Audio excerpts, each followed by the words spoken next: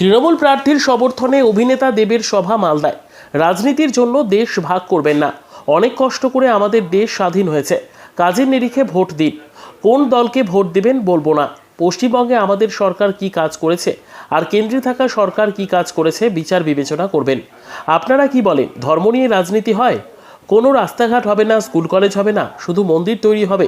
এখানে হিন্দু মুসলমান পড়ে হবে, এখানে সবাই আমরা ভারতীয়। আপনারা যখন স্কুলে যান, পাশের ছেলেটা হিন্দু না মুসলিম জিজ্ঞেস করেন? প্লিজ, বাংলার রাজনীতিতে হিন্দু মুসলিম ভাগ করবেন না। দক্ষিণ মালদা কেন্দ্রের তৃণমূল কংগ্রেস প্রার্থী শাহনওয়াজ আলী রায়হানের সমর্থনে মোথাবাড়ি পিডব্লিউডি মাঠে জনসভা করে এই কথা বললেন ঘাটালের তৃণমূল সাংসদ প্রার্থী দীপক অধিকারী তথা অভিনেতা দেব। ব্যুরো রিপোর্ট, দিনরাত স্টার নিউজ। চলচ্চিত্র জগতের নায়ক, সেরা নায়ক, সুপ্রিয় নায়ক, সবার প্রিয় এবং আমাদের উত্তরে নিবেদন করবেন আমাদের খানাচুর তৃণমূল ব্লকের সভাপতি ফিরোজ বাবু এবং উত্তরে আমাদের পুষ্পা নিবেদন করছেন আমাদের মঙ্গলবার পূর্ত কর্মদক্ষ ফিরোজ বাবু। সমস্ত পঞ্চায়েত সমিতির সদস্য, গ্রাম পঞ্চায়েত প্রধান এবং গ্রাম পঞ্চায়েত সদস্য এবং সমস্ত অঞ্চল সভাপতিগণ,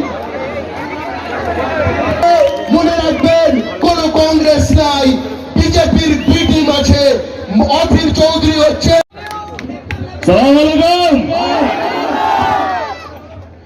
ভালো আছেন? একটা কথা বলতেই হয়, আপনারা কি ভাগ্যবান। 7ই মে নির্বাচন শেষ, আমার ঘাটালে 25শে মে।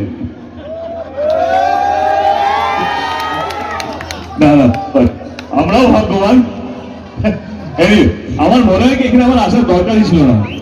শাহনওয়াজ ভাই যা বললো, তারপরে কিছু বলারই থাকে না, কিছু বলার বাকি থাকে না।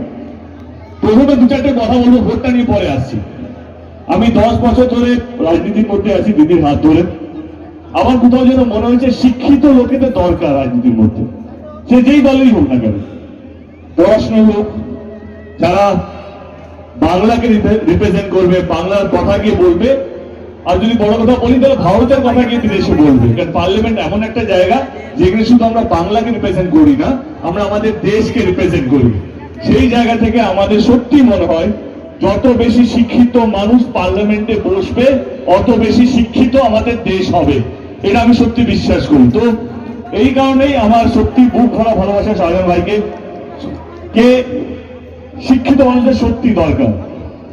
চলে আসি, 7ই মে আমাদের এখানে নির্বাচন। আমি এটুকু বললাম, আমি আপনাদের ভোট চাইতে আসিনি, সেটা তো আপনাকে পেয়ে দেবেন, তাই না? আমি শাহনওয়াজ ভাইয়ের জন্য আপনাদের কাছে দোয়া চাইতে এসেছি, আপনাদের আশীর্বাদ চাইতে এসেছি। আপনারা সঙ্গে আছেন তো? কারণ আমার মনে হয় নির্বাচন আসে যায়, ইলেকশন এখন প্রত্যেক বছর দুর্গাপূজার মতন হয়ে গেছে আর কি।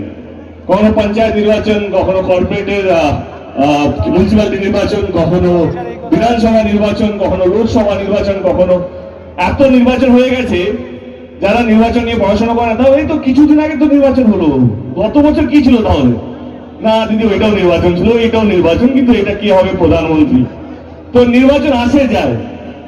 যেটা সবচেয়ে বেশি দরকার আমার মনে হয় 10 বছর ধরে বুঝেছি, যেটা সবচেয়ে বেশি দরকার হচ্ছে এতগুলো মানুষের আশীর্বাদ। এতগুলো মানুষের আশীর্বাদ যার মাথার উপরে থাকবে, সে কোনোদিনও হারতে পারে না বলে আমার বিশ্বাস। তার দল কোনোদিনও হারতে পারে না বলে আমার বিশ্বাস। তো আপনাদের আশীর্বাদ থাকলে শাহনওয়াজ ভাই এখান থেকে বিপুল ভোটে জিতবে, সেটা আমি কথা দিয়ে গেলাম। তো আপনারা আশীর্বাদ করবেন তো? খুব ভালো, আমাকে বলবেন তো আরো ভালো। আজকে আমি কালকের কথা বলি। কালকে আমি উত্তর মালদায় ছিলাম, মুর্শিদাবাদেও ছিলাম। উত্তর মালদাও দেখলাম যে বিপুল ভাবে লোক রাস্তায় নেমেছে দলের জন্য, আমাদের বসুন্ধার জন্য। এবং কালকে মুর্শিদাবাদে ছিলাম। আপনারা সবাই জানেন হেলিকপ্টার আমার খারাপ হয়ে গেছিল কিছু কারণে।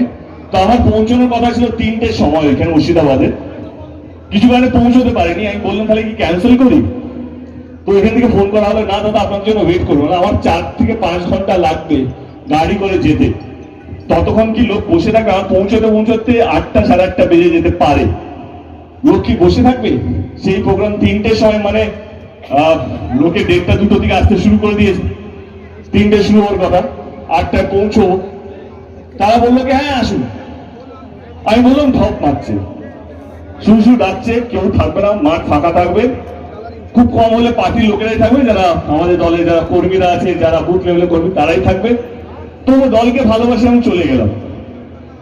আমি এক পয়সা মিথ্যা কথা বলছি না, ফুটেজ গুলো আছে, ভিডিও গুলো আছে। রাত্রে 8টার সময় যেইভাবে মাঠ ভর্তি ছিল, সেইখানে বোঝা যায় যে তৃণমূল কংগ্রেসের প্রতি মানুষের বিশ্বাস কতটা, মানুষের আস্থা কতটা, এবং তৃণমূল কংগ্রেস যে কথা দেয় সেই কথা রাখে, এইটা পরিমাণ হলো, এটা প্রমাণ হলো কালকে রাত্রবেলা কি। তো এটুকু বলবো যে পুরো বাংলা জুড়ে আমরা ঘুরছি, দিদি, অভিষেক, আমরা কোথাও নিরাশ হইনি। হয় না, লোকে বলে কি এখানে আমরা হারবো, এখানে আমরা জিতবো। আমার এটা কোথাও মনে হয়নি। যেখানে যেখানে গেছি আমার মনে হচ্ছে আমরা সব জায়গায় জিতছি, কারণ রাস্তায় মানুষ নেমেছে, আর মানুষের মুখ দেখলে বোঝা যায় সে দেখতে এসছে না ভোট দিতে এসছে না ভালোবাসতে এসছে। তো এই নির্বাচন 2024-এর নির্বাচন, আমি এটুকু আপনাদের সামনে বলে যাচ্ছি যে 2019-এ আমাদের রেজাল্ট কি ছিল আমরা সবাই জানি, কিন্তু 2024-এ সেই তুলনামূলে আমাদের সিট অনেক বেশি মার্জিনে বাড়বে। আজকে দিনটা আপনারা লিখে রাখুন, সেটা নিয়ে কোনো সন্দেহ নেই। এটা হয়নি আমাদের রাজ্যে, ওইটা হয়নি, এইটা বিরোধী দলরা বলে থাকে। আমার একটাই প্রশ্ন, এইটা তো কোন বানেগা মুখ্যমন্ত্রী হচ্ছে না।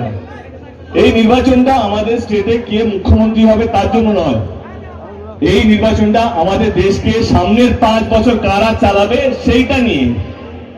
এবং আমার কিছু প্রশ্ন আছে, যেটা আমি বললাম আমি আপনাদের ভোট চাইতে আসিনি, আপনাদের গণতান্ত্রিক অধিকার, আপনারা যাকে ইচ্ছে ভোট দিতে পারেন, কিন্তু হ্যাঁ, ভোট দেওয়ার আগে আপনাদেরকে কিছু প্রশ্ন করতে হবে সেই দলকে যাকে আপনারা ভোট দেবেন। যেহেতু আমি প্রথমে বললাম এটা মুখ্যমন্ত্রী নির্বাচন নয়, যেদিন আমাদের বিধানসভা নির্বাচন হবে, আমি, দিদি, অভিষেক, সৌরাজ ভাই, আমাদের দলের প্রত্যেকটা কর্মী যারা মঞ্চে আছেন তারা উত্তর দেবেন আমরা গত 15 বছরে কি কি করেছি 2026-এ। কিন্তু 2024টা আমাদের দেশকে কে চালাবে সেটা নিয়ে। থেকে কেন্দ্র সরকারকে ভোট দিলে বা বিরোধী দলকে ভোট দিলে হয়তো ওরা আরো 100 টাকা গ্যাসের দাম, 1000 টাকা গ্যাসের দাম, 1100 টাকা গ্যাসের দামটা 500 টাকা করবে। না না না, নির্বাচন হয়ে যাওয়ার পর গ্যাসের দাম বাড়বে, সমস্ত দাম বাড়বে, কারণ যে টাকাগুলো খরচা হচ্ছে নির্বাচনে সেটা তো আদায় করতে হবে।